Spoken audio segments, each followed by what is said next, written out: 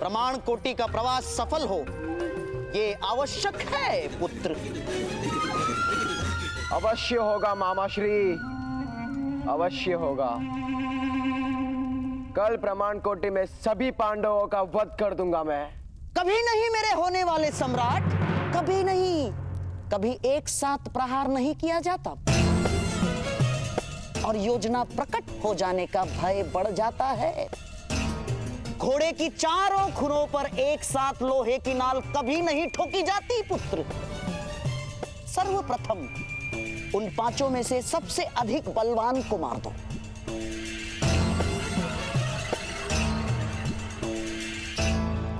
भीम, भीम ही सबसे बलवान है।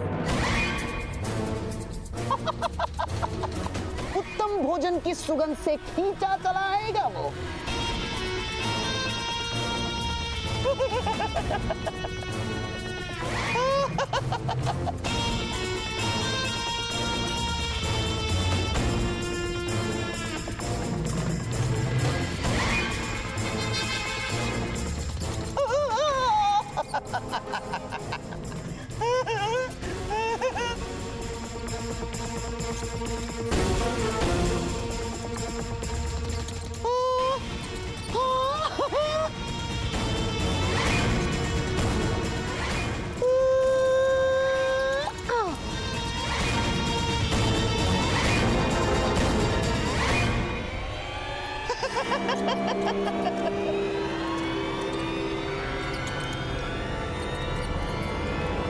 फिर उसके भोजन में ये मिलाकर उसकी हत्या कर देंगे हम।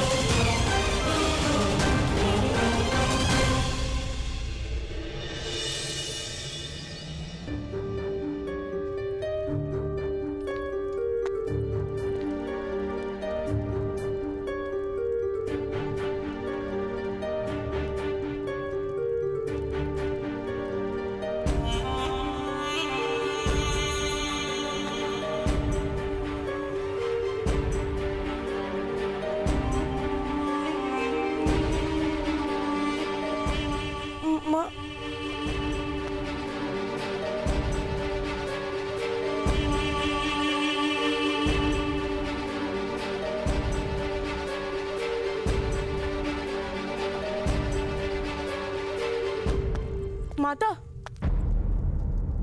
माता क्या अब भी क्रोधित हो?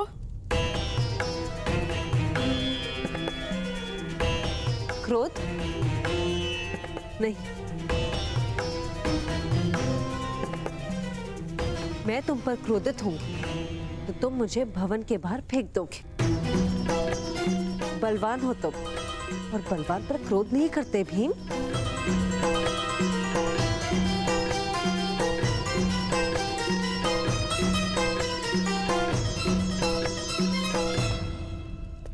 माता, ऐसा मत कहो माता। किंतु माता, अपमान करना उन्होंने आरंभ किया था। अवश्य उन्होंने किया होगा,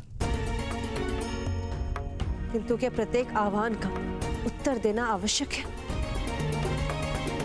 किंतु माता, अगर कोई हमारे पिताश्री का अपमान करेगा तो हम किस प्रकार शांत रहेंगे?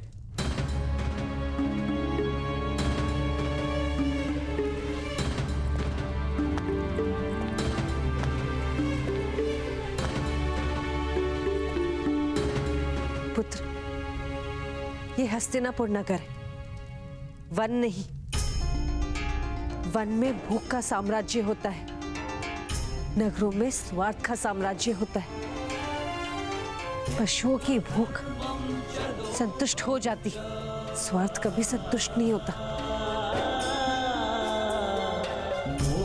इसलिए प्रत्येक पद पर राजनीति का सामना होगा यहाँ पुत्र। हम यहाँ राजनीति करने नहीं आए ना माता, घर मानकर वास करने आए हैं।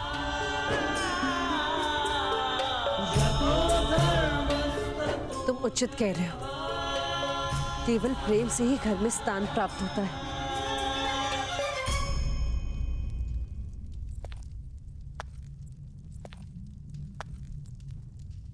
पुत्र भीम,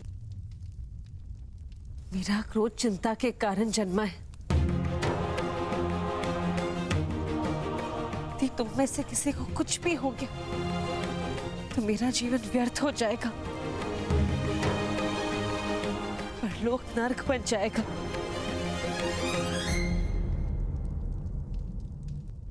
पुत्र, स्वार्थ संयम नहीं रखता। केवल प्रेम के पास स्वयं की आशा होती है। अपने आप में संयम रखो। मुझे विश्वास है ताजश्री तथा ज्येष्ठ भ्राताश्री शीघ्र ही दुर्योधन के दुरुपचार का कोई उपाय ढूंढ लेंगे।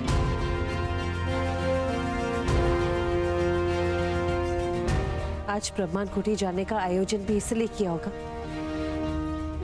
ताकि तुम 105 भाइयों में मित्रता हो जाए।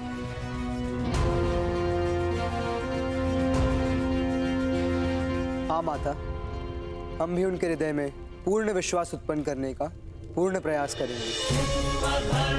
आज्ञा दीजिए।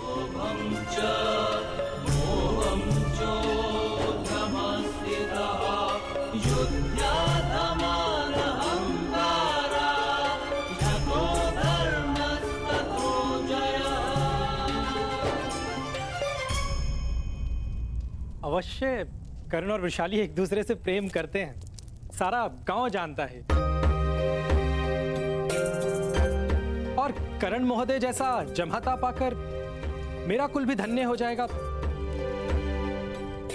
इसमें कोई संदेह नहीं।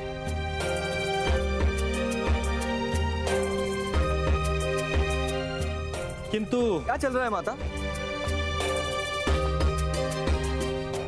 विवाह निश्चित किया है तुम्हारे ज्येष्ठ भ्राता का।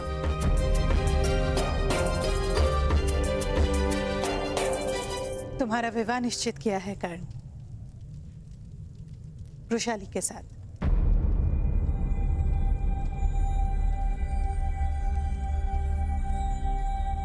हाँ पुत्र कर्ण। माता, विवाह का अधिकार केवल स्वतंत्र व्यक्ति को होता है, क्योंकि पत्नी को सुख देने का वचन केवल स्वतंत्र व्यक्ति पूर्ण कर पाता है। कारागार में विवाह नहीं होते माता, और इस समय सूत का जीवन केवल एक कारागार है।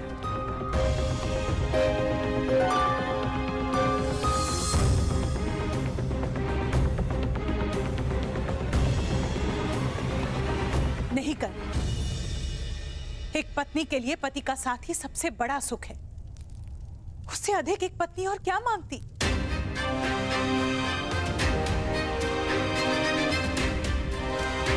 मुझे विश्वास है कर, अपनी पत्नी को दांव पर लगाकर तुम जीवन का द्यूत नहीं खेलोगे। नहीं कर।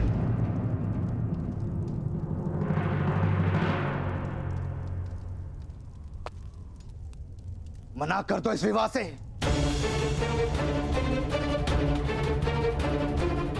अपने पिता की हट पर अपने सपनों का बलिदान नहीं दे सकते तुम। सारे सूत समाज में क्रांति लाने का ध्येय है तुम्हारा, उसका त्याग नहीं कर सकते तुम। भ्राताश्री, आप स्वयं तो सन्यासी हैं, मेरे पुत्र के जीवन में संघर्ष क्यों भर रहे हैं? हाँ, मैं सन्यासी हूं, क्योंकि मेरे पास जो स्वप्न है उससे पूर्ण करने के लिए ना तो मेरे पास साहस है ना ही सामर्थ्य।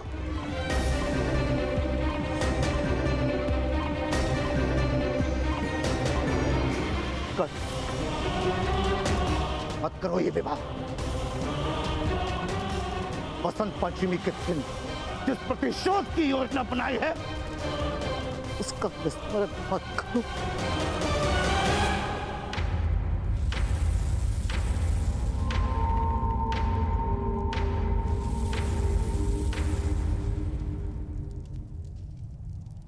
पुत्र कर्ण, बसंत पंचमी के दिन प्रातःकाल ही तुम्हारा विवाह होगा, ये हमारा निर्णय है।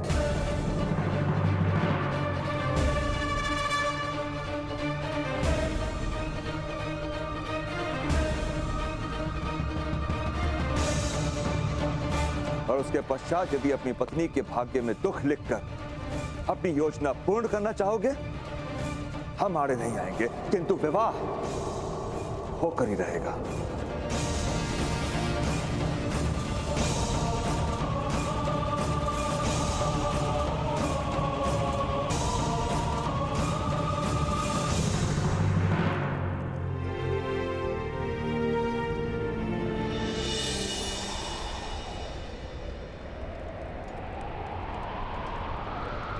पुत्रो,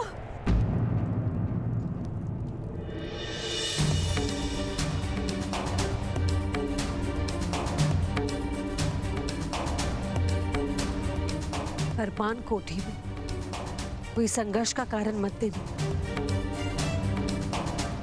अपने भाइयों पर विश्वास रखना।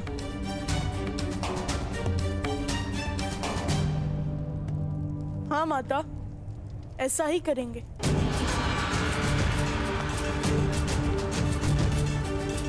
किंतु तुम 5 निरंतर एक दूसरे के साथ रहना। तुम 5 पांडव एक दूसरे की सुरक्षा हो। जासवंती के फूल श्री गणेश की आकृति तब दिखती है जब 5 पंखुड़ियां सुरक्षित हो। एक क्षण के लिए भी एक दूसरे से अंतर मत रखना।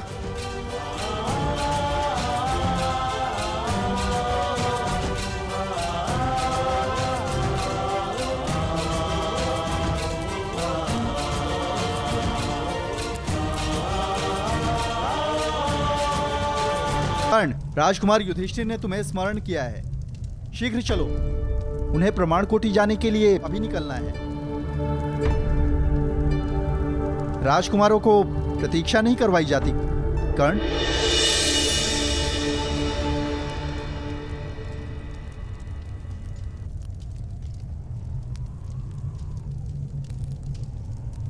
यदि मुझे और वृषाली को फूलों की माला के स्थान पर बेड़ियों से बांधने का निर्णय आप लोगों ने कर ही लिया है, तो मैं मान्य करता हूं।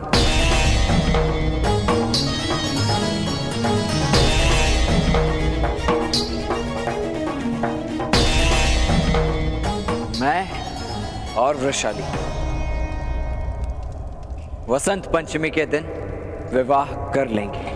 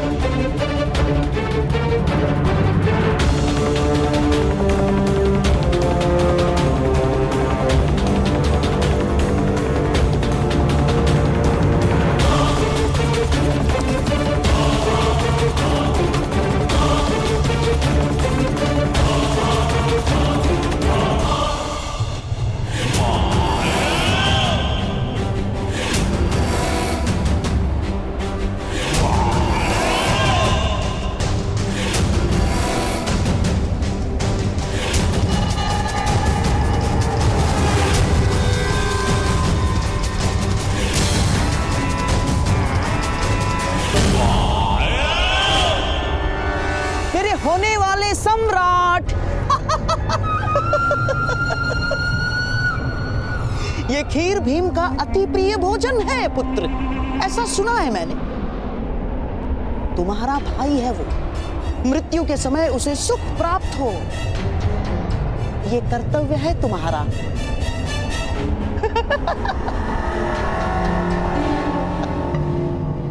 विष की केवल एक बूंद पर्याप्त होगी पुत्र। अब बस उस भीम को इस खीर तक पहुंचाना होगा मामाश्री। इन भाइयों को अलग करना ही होगा, वो लोग यहाँ पहुंचते ही होंगे।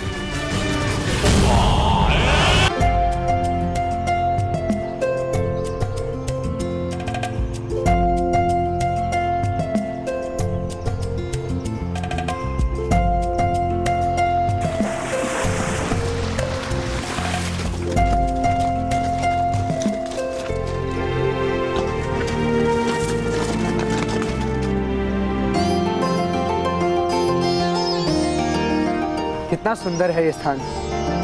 तभी तो राजकुमारों के लिए आरक्षित किया गया है ये। जाइए, खेलिए।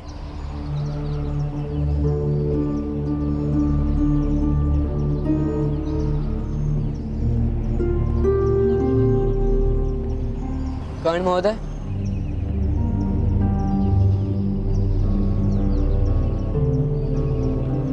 आप चिंतित हैं या क्रोधित? चिंता और क्रोध के उपरांत भी भावनाएं होती हैं, जैसे हताशा और निराशा। किंतु वो आप नहीं जान पाएंगे राजकुमार।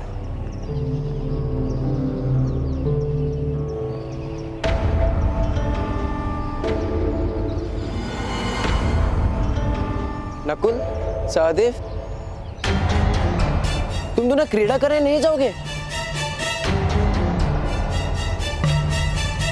ओह, अर्थात मेरी छोटी सी चेष्टा आप लोगों ने मन पे ले ली।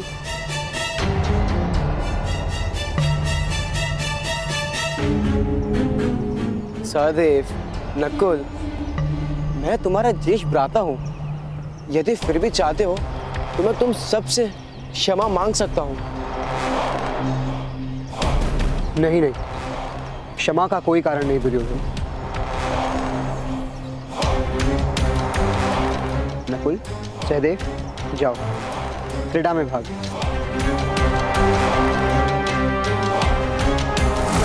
किंतु ज्येष्ठ, पिताश्री के शब्दों का स्मरण करो भी। क्षमा ही संबंधों का प्रथम आधार।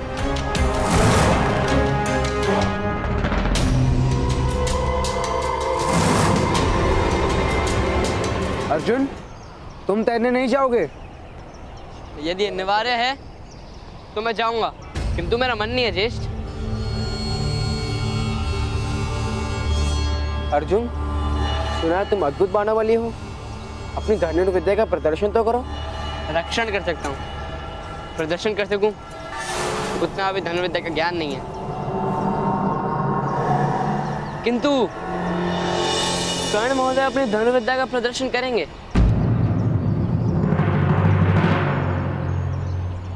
किंतु ये तो सूत पुत्र है। तो क्या सूत पुत्र में सामर्थ्य नहीं होता?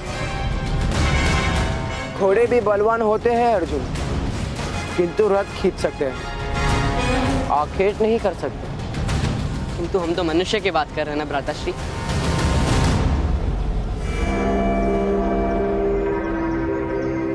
कर्ण महोदय, आप अपनी कला सिखाइए, अर्थात दिखाइए। रहने दीजिए राजकुमार। घोड़ा यदि आखेट करेगा तो सिंह लज्जा से धरती में समा जाएगा।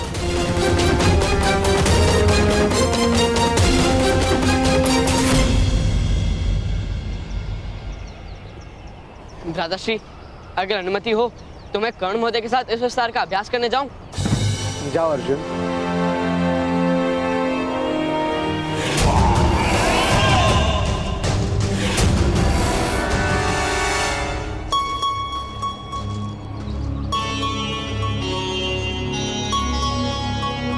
कर्ण महोदय,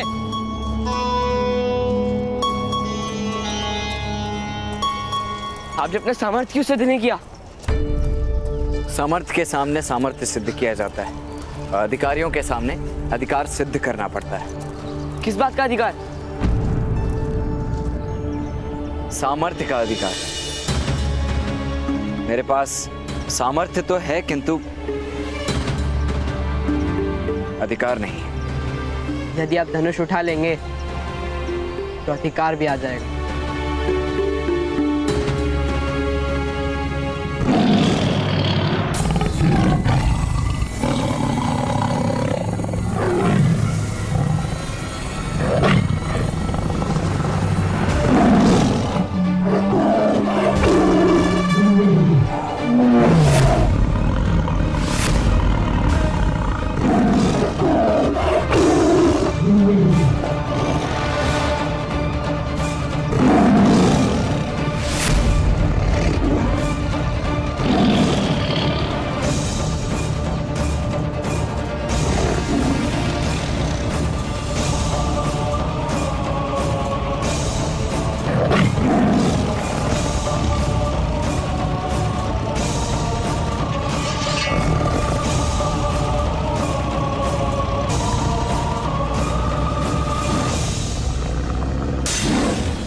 कर्ण महोदय, यही अवसर है सामर्थ्य और अधिकार दोनों सिद्ध करने का।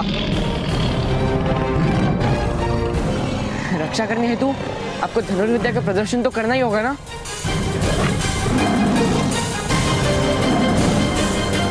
उठाइए धनुष, चलाइए तीर, उठाइए धनुष कर्ण महोदय।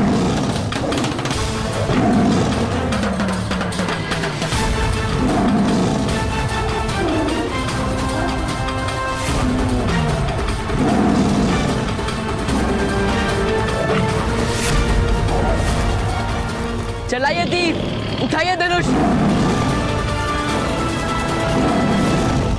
सिद्ध कीजिए अपना अधिकार, उठाइए धनुष।